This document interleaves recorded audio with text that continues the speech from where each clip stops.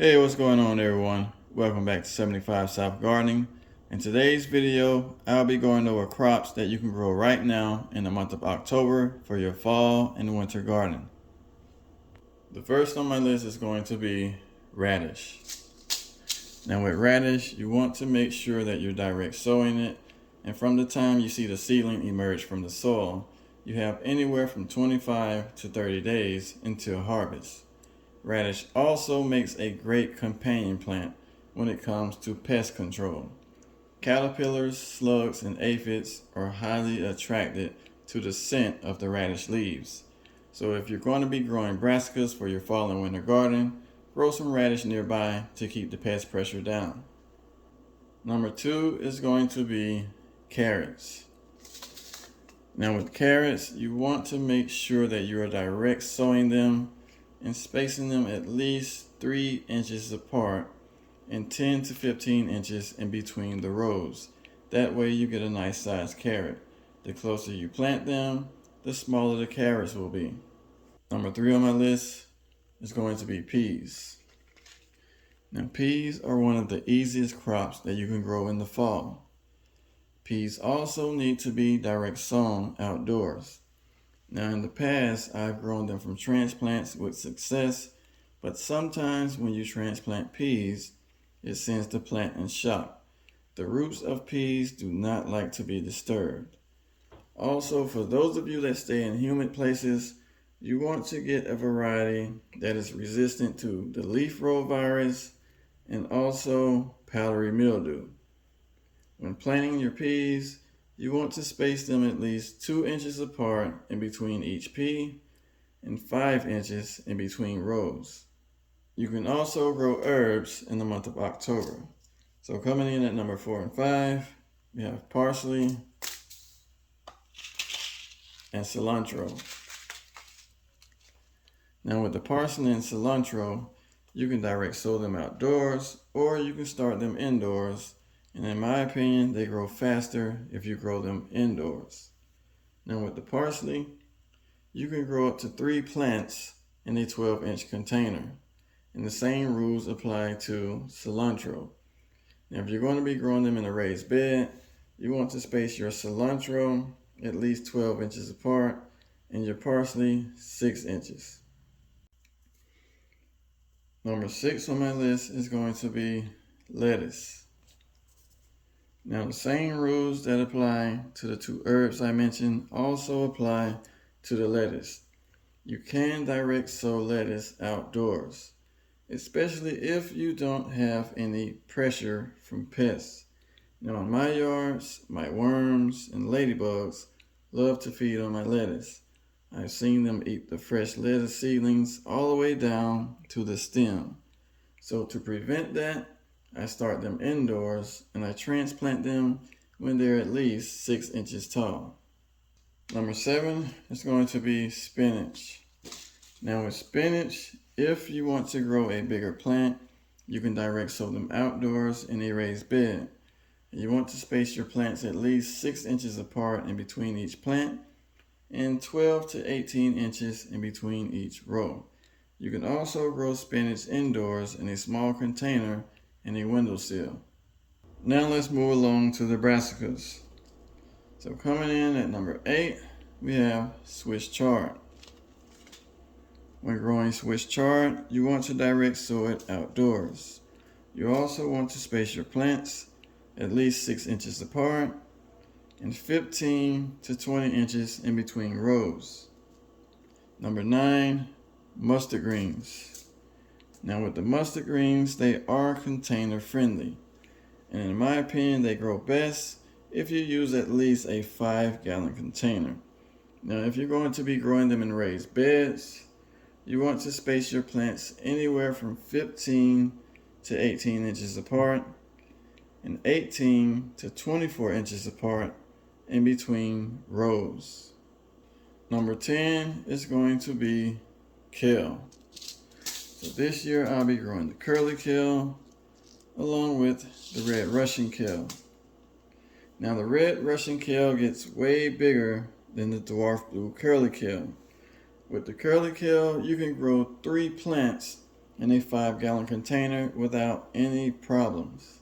You can also chop the top a few times and turn it into a small bush. With the red Russian kale, you want 1 plant per 5-gallon container, and these both can be direct sown outdoors, or you can start them indoors and transplant them later. Now, if you're going to be growing in ground or a raised bed, with the curly kale, you want to space your plants at least 12 to 15 inches in between plants and in between rows. With the red Russian, you want to space your rows and plants at least 18 inches apart.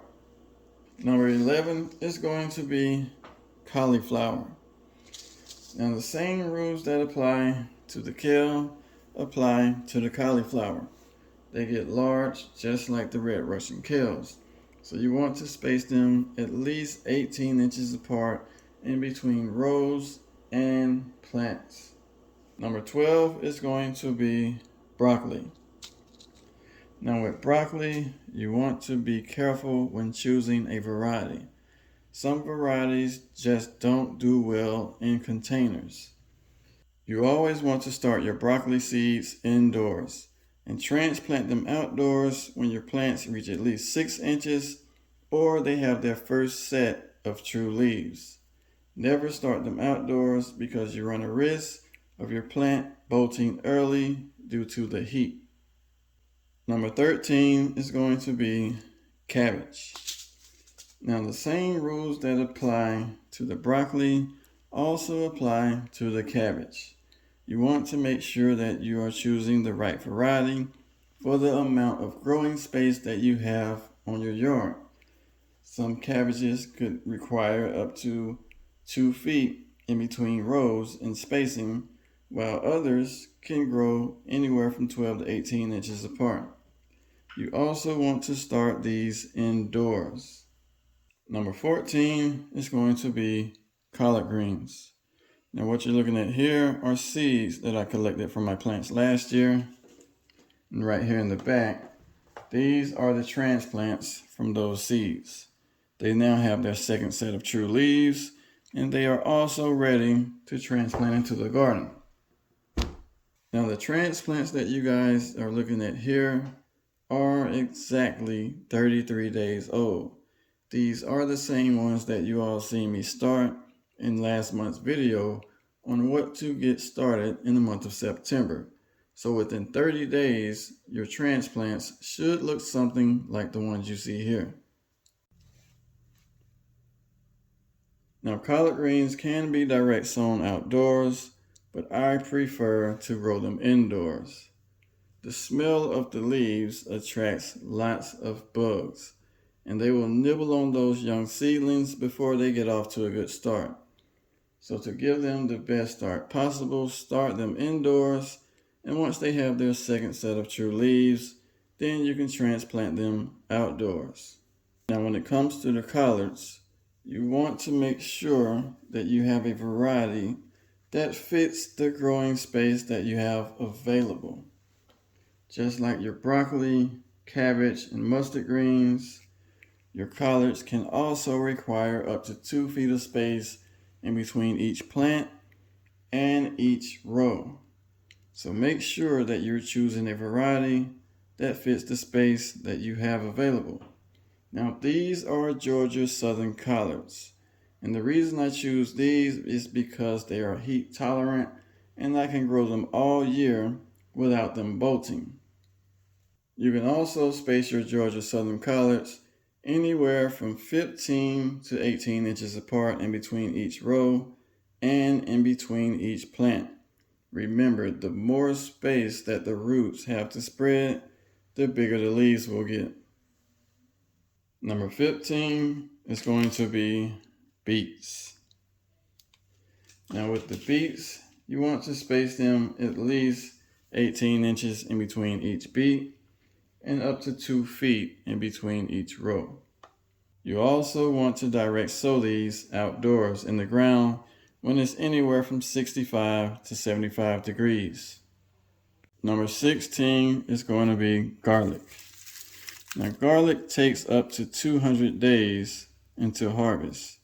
And as you can see, these have already started to germinate. Now when growing garlic, you don't want to plant the whole piece of garlic in one spot. What you want to do is break these apart. And you can plant these anywhere from 4 to 6 inches apart. For smaller varieties, for larger varieties, you want to space them 6 to 12 inches apart.